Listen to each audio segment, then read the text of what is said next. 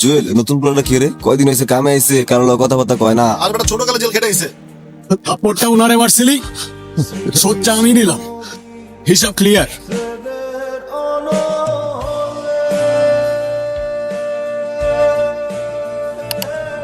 কি রে জুয়েল নতুন প্ল্যানটা কি রে? কয়দিন হয়েছে কামে আইছে, কারো লগে কথাবার্তা কয় না। আর বেটা ছোট কালে জেল খেটে আইছে। জেল খেটে হেরে কামে আইছে। আলোকে বাধ্য মন যাবো না, কাম কর। কি কস ঝামেলা পুরোটাই? কাম চোরা। এই, কষ্ট লাগে, কষ্ট লাগে। কাম করতে কষ্ট লাগে। তোর শরীর ভালো না, তুই কাজে আইছিস কে? আমার শরীরটা এক টুকরি পাথর নিতে পারলি না। বাজান, তোরে আজকে আমি কি করবো? ওই, আমার শরীরটা ভালো না বাবা। দেখতেছিস না গরমে মাথা ঘুরায় পড়ে গেছে? মারলি কেন উনারে তুই? আন্ধা, তুই কি আন্ধা? চোখে দাওস না? এক টুকরি পাথর এটা ফালাই দিছে, ওই নিতে পারে না। এই নাচ কিনবো। তুই আমার তুই করে কস, তুই কেন? এই কেন তুই? মাফ করে দাও, মাফ করে দাও। থাপ্পড়টা উনারে মারছিলি, সোচ্চা আমি নিলাম, হিসাব ক্লিয়ার। আর ওই রক্ত, ওইটা হিসাবের বাইরে। তুই আমার গায়ে হাত দিছস। তুই আমার গায়ে হাত দিছস। তোরে আমি দেখে নেবো, দেখে নেবো তোরে। দেখিস যা।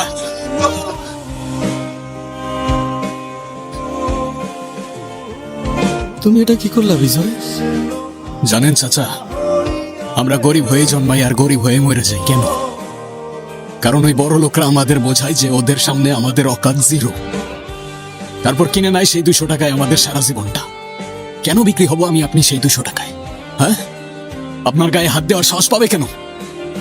বাদ দাও এগুলা, দাও রে মা, আমার চা দাও, এরাও চা দাও। এলেন কাকা আপনার চা। না কাকা, চা খাবো না। চা খাইবা না কেন? কি হয়েছে? আপনাদের এখানে চায়ে চিনি কম হয়। চায়ে একটু চিনি বেশি না হইলে আমার আবার জমে না চাচা। দেখছস মা, তুই তো আবার 1 চামচের বেশি 2 চামচ চিনি তো কারো করে দেস না, এটা কিন্তু হয়ে জানে। শুধু আপনার জন্য 2 চামচ চিনি নেন।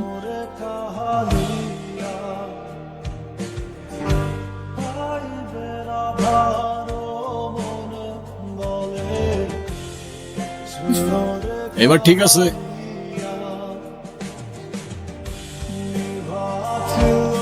আপনি কি আমার কিছু কইবেন? নাম কি তোর? মায়া। আপনার? বিজয়। প্রথম মাসেই 2 চামচ চিনি দিয়ে আমার 325 টাকা লস হয়েছে। এই লসের টাকা কে দিব কোন? আপনি দিবেন? তাইলে লস হইলে আমারে দিলি কেন? আপনি তো অনেক চাচার লেগে প্রতিবাদ করলেন না, তাই আমার ভালো লাগছে। যেই মানুষ অন্যের বিপদে পাশে দাঁড়ায় তার লগে লাভ লস হিসাব করে লাভ নেই। না না না। বাড়ি কই আপনার?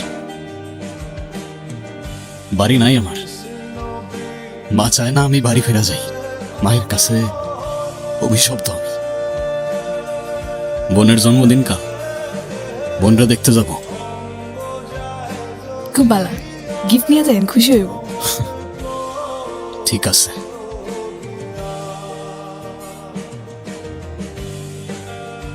আই আই আই, কি আপনি এত রাতে এখানে কি করতেছেন? আর এটা কি? এটা তোমার গিফট। আজকে তো তোমার জন্মদিন, তাই না? আমার জন্মদিনের কথা আপনি কিভাবে জানলেন? প্রতিবার আমার জন্মদিনে ঠিক এমন একটা করে উপহার কে যেন আমার বাসায় পাঠায়। কেন জানি মনে হয় আমার আপন কেউ। আপনি কি সেই মানুষ? আমি আমি না, আমি তো শুধু পার্সেলটা দিতে আসছিলাম। কি অদ্ভুত, আপনি কথা বলতেছেন আর মনে হইতেছে আমি আপনাকে চিনি। তুমি তুমি আমার চেনো? হ্যাঁ, ঠিক আমার ভাইয়ের মতো। জানি না মানুষটা আজ কোথায় আছে, কিন্তু মনে হয় ভাইয়াই আমার সাথে কোনো না কোনো ভাবে যোগাযোগ করার চেষ্টা করে। আচ্ছা, এটা যে পাঠাইছে তার সাথে যদি আপনার দেখা হয় তাহলে তার বইলা দিয়েন, বলবেন তার বোন আজও তাকে প্রতিদিন খুঁজে বেড়ায় আর তাকে অনেক বেশি ভালোবাসে। ঠিক আছে, বলে দিব আমি। আর আমি শিওর সেও তোমার অনেক ভালোবাসে। মায়া টাকা দে। আমি কোনো টাকা পয়সা দিতে পারবো না। যা টাকা কামাইছি সারাদিন ওই চাল কিনছে, তরকারি কিনছে, টাকা শেষ। জ্ঞান লাগবে না, টাকা লাগবে, টাকা দে। আব্বা, আমার লগে না আসলে নিজের শরীরের দিকে তাকাও। কি করছো নিজেরে? মদ খাইতে খাইতে কঙ্কাল হয়ে গেছো। তোমার আমি নিশা পানি করার লেগে 1 টাকাও দিতে পারবো না, যাও। নীতিকতা নীতিকতা ইজ্জত না, নীতিকতা ইজ্জত। বাড়ির মাইয়া বাজারে এসে দোকান খুললা, চা ব্যস্ত আছিস পরপুরুষের সামনে। তোর চরিত্র আমি খুব ভালো বুঝা জানি। আব্বা কথাবার্তা সাবধানে কয়ও কিন্তু। ওই কি সাবধানে কথা কমু? আমি বুঝি না তোর বিয়া দিতে চাই, তুই বিয়া করস না। বিয়া করবি কে? তোর তো বিয়া ভালো লাগবো না। তোর এরকম বাজারের মধ্যে পরপুরুষের লগে ঢলাঢলি ভালো লাগবো, তাকে লগে রঙ্গলীলা ভালো লাগবো। এই এই দোকান তো তোর হইলো সাইনবোর্ড, তোর আসল ব্যবসা তো অন্য কিছু। আব্বা এই কিসের আব্বা? ন্যাকামি করস না? ন্যাকামি? এখন আমি দেখি বাকিটা খাওয়ান যায় কিনা। আমি বাকিটা খাইতাছি, আমার সকালে টাকা দিবি, নাইলে এই দোকানটারে আমি গুড়া করে এখানে ভাঙ্গে রাখা দিমু।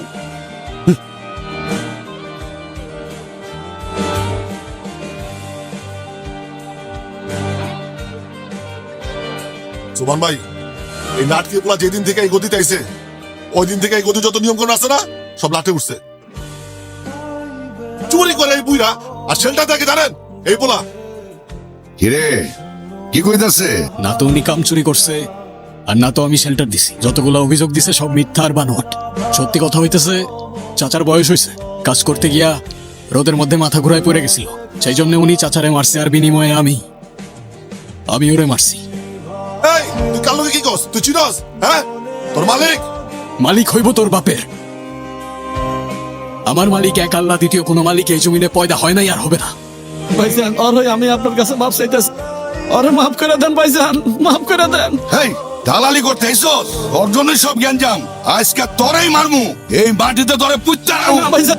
সুমন ভাই, চাচার কোনো দোষ নাই, আপনি পিস্তলটা নামান, আমি কিছু করব না।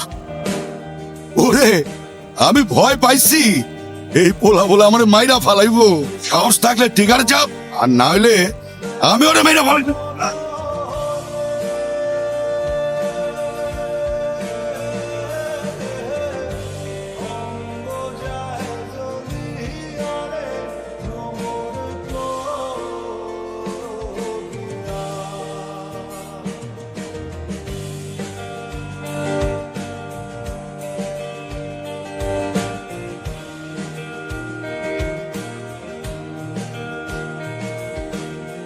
ব্যবসায় আমাদের কাছে ফার্স্ট প্রায়োরিটি। কিন্তু আমার জমিন আপনারা করাইছেন কেন? আমি তো আপনাদের হয়ে কাজ করি না। আমরা আসছি আপনার সাথে অংশীদার করতে।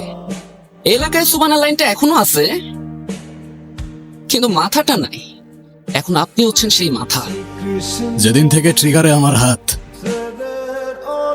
সেদিন থেকে এই কারখানার কন্ট্রোল আমার হাতে। আপনার রুট ক্লিয়ার থাকবে, কিন্তু একটা কথা, কালকে থেকে আমার শ্রমিকদের বেতন হবে দ্বিগুণ, তাই রেটটা একটু বেশি লাগবে।